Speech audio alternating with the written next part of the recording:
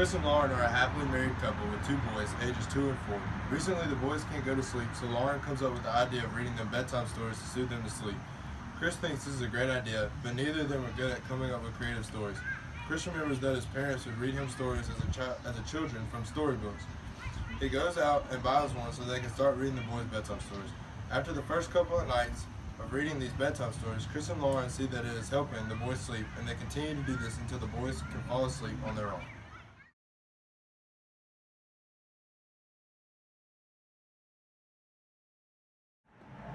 It is a clear fall morning in northern Louisiana. Emily and her sister Mallory are hanging out at their grandparents' lake house. The girls love to go kayaking and one day hope to reach the big island in the middle of the lake. They ask their grandma Trudy if they are allowed to go, and she allows it as long as she knows they have life vests on at all times. The girls agree eagerly and set out on their adventure. The island is 5 miles away, Mallory. Do you think we can make it? I'm not sure, but we've been kayaking for a long time, so we should do our best. The girls kayaked for a mile. At the end of the mile, they saw a green monster chasing after them from behind. They began to paddle faster and faster.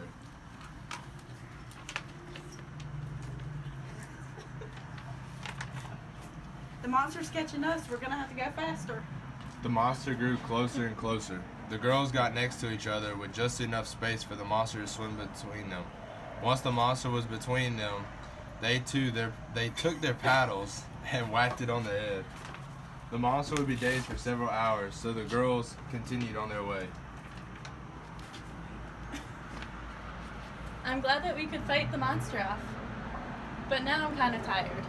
Let's eat lunch and then continue on our way. The girls ate lunch and laughed at how scared they were of creatures that they easily defeated.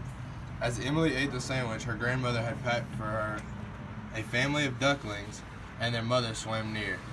They were in search of her crumbs. One by one, Emily fed each of them pieces of her sandwich.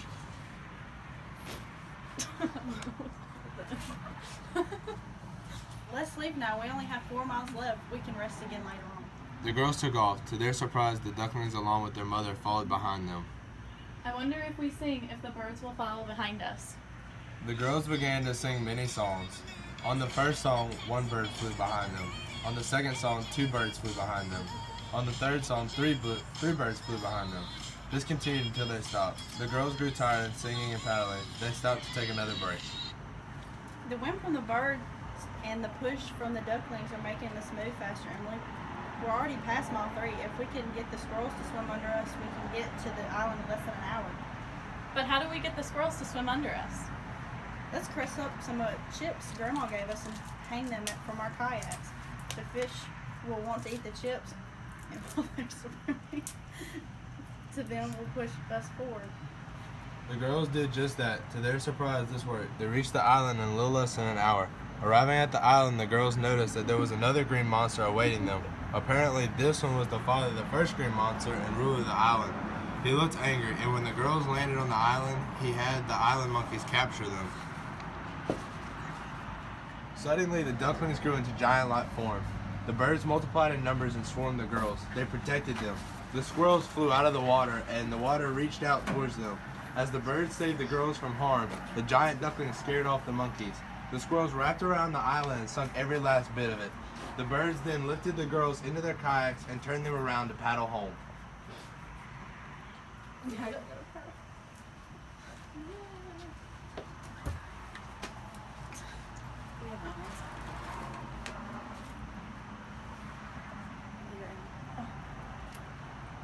They have saved us. We must feed them and stay loyal to our new friends forever. You're right. They have done the biggest favors for us. We will repay them by paddling all the way back to their homes. They could use the rest for a great fight.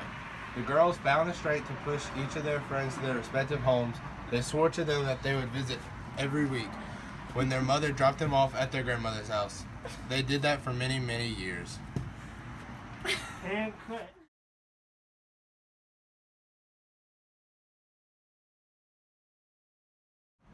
It's a rather sunny day in their small town. The girls and a few of their friends have decided to play a nice game of softball.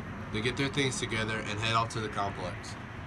There's nothing I love playing more than softball. Hopefully there are people here who want to play with us. You know there's always people there ready to play. The It takes the girls a little over 30 minutes to get to the field. Once they arrive, they realize that their opponents weren't ordinary softball players. The players are a bunch of goblins. Rachel, do you think this is a good idea? These goblins look like they ain't going to be friendly. It doesn't hurt to try. I'll go ask them. You say so. The girls walk up and ask them if they'd like to play a few games. The goblins seemed rather mean in the beginning, but as time passed, things got better. I told you it would be a good idea to play with them. Yeah, but they still creep me out a little. I think it's time to go. The girls begin walking home when a huge talking snake begins to chase them. They didn't know what to do besides scream for help. The goblins came rushing in. They chased the snake away and helped the girls get home. Oh, how shall we ever repay you? Your friendship is enough for us. Just please come play with us on the weekends. It would mean the world to us. The girls have made a wonderful friendship out of the simple game of ball. They learn to never judge a person by how he or she looks and always give them a chance. They go every Saturday to play softball with the goblins and have an amazing time.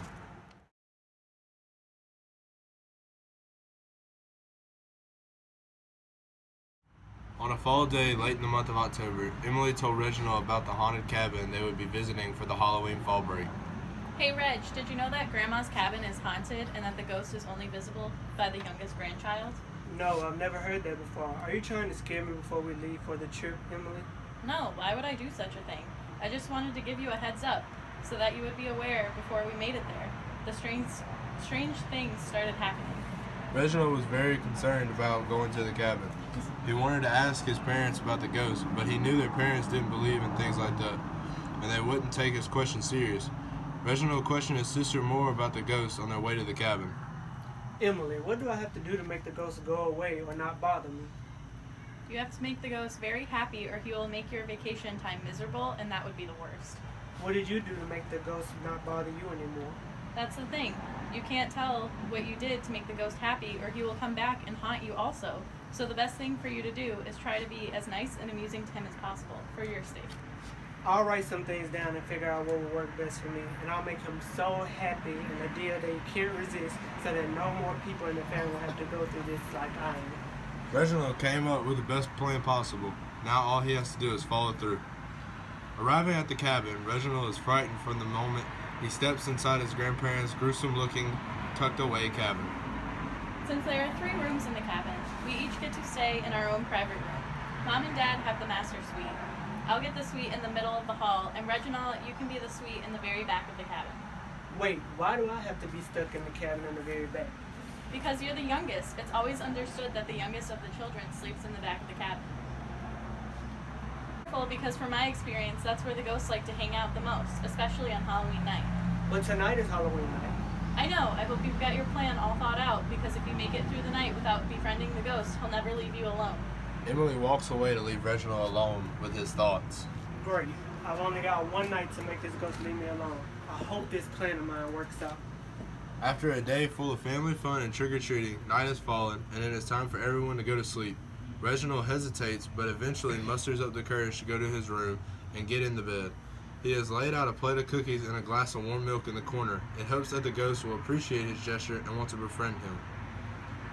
The time is just after 2 a.m. when Reginald is suddenly awakened from his slumber. He looks in the corner to find the cookies he has laid out crumbled all over the floor and the glass of milk thrown and shattered against the wall, but does not see the ghost. He scans the room to find what appears to be the ghost sitting in front of the TV on the other side. He gets out of bed to approach the ghost. As he walks up to the ghost, he says, Hello, my name is Reginald. The ghost, being frightened by Reginald approaching him from behind, turns and charges toward Reginald to throw him up against the wall. Reginald blacks out for a moment but regains consciousness. As he attempts to approach the ghost for the second time, Reginald realizes that the ghost is not watching TV but actually playing on his video game. I see you're playing my video game now. Yeah, you got a problem with that? The ghost says agitatedly. Of course not. I see you're actually pretty good there. The ghost ignores Reginald. You mind if I come play with you? The ghost pauses for a moment, seeming to consider the gesture, only to resume back playing. I bet I can beat you. The ghost snickers softly. I doubt it. Oh yeah? Let me show you. Okay, kid, come here. Show me what you got. Reginald approaches the ghost to sit next to him on the floor, grabs the second remote control, The two begin a long night of intense battling and bonding, only to finish around 5 a.m. By the end of their game, the two have unknowingly formed a great bond with one another, and the ghost is pleased with Reginald. You're alright, kid. Not as scared as I thought you'd be. Thanks. So does that mean you won't be bothering me next year because I'm the youngest? As the ghost gets ready to vanish into the night, he says to Reginald. No, you're alright by me, kid. Reginald smiles. Plus, I don't think I'll have time to mess with you when your family comes down next year anyway. What do you mean? Well, from what the spirits are telling me, I don't think you'll be the youngest person in this family next year. The ghost turns and disappears through the window and into the night, leaving Reginald standing in the middle of the floor with a complete shocked and terrified look on his face.